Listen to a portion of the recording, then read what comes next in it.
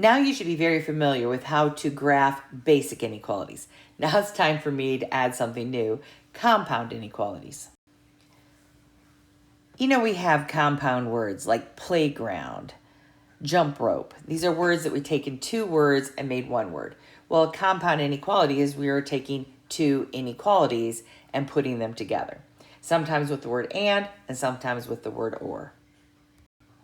When you have the word or between two inequalities, you're just plotting both of them on the same line. I mean, it's just as simple as that. So I'm going to make my tick mark for the 12 and my tick mark for the 60 here. And then I'm going to look at the inequality signs. It looks like they're both open circles. Y is less than 12. That goes this direction. Y is greater than 60. It goes this direction. And I am done. I mean, it's just that easy for the or. You just put both inequalities on the same line. And inequality still has two inequalities, but this time I don't want the whole thing. I just want to have what they have in common. So let me show you down here, underneath the graph here. So I have x is greater than -3, which would be going this direction.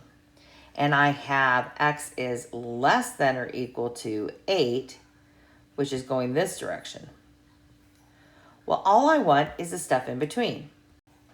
So I would have a circle here and a circle here. And then I would just have what they have in between and not everything else.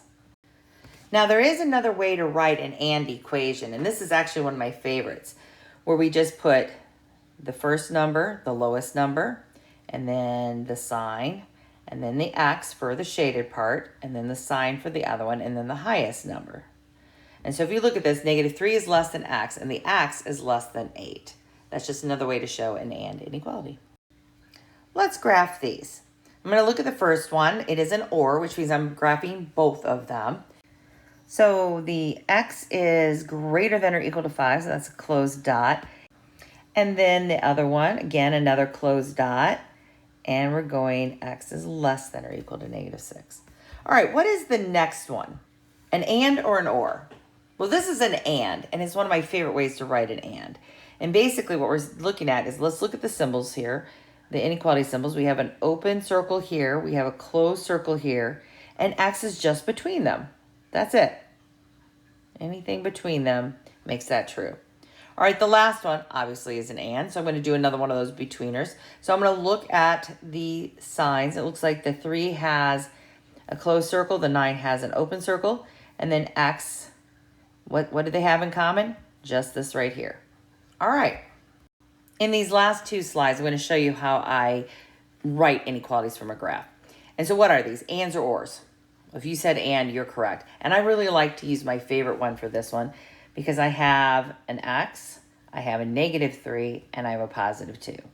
And -3 is always going to be less than x. And it looks like that does not have a line. And that 2 at the other end is always going to be greater than x, or x is going to be less than that, and then has a sign. Just like that. You see where I get my stuff there? All right, you try that one on your own. Come back. Here we go. I have my x in the middle. I have a 7 over here. I have a 14 over here.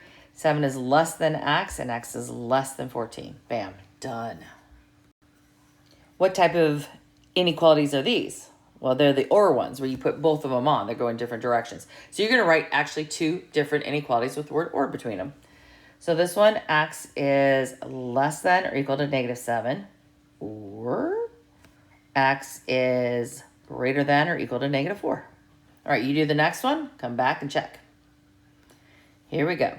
X is less than or equal to 4, or x is greater than 6. All right, now it's your turn to go look at some inequalities, graph them, and write them from graphs. Go have some fun.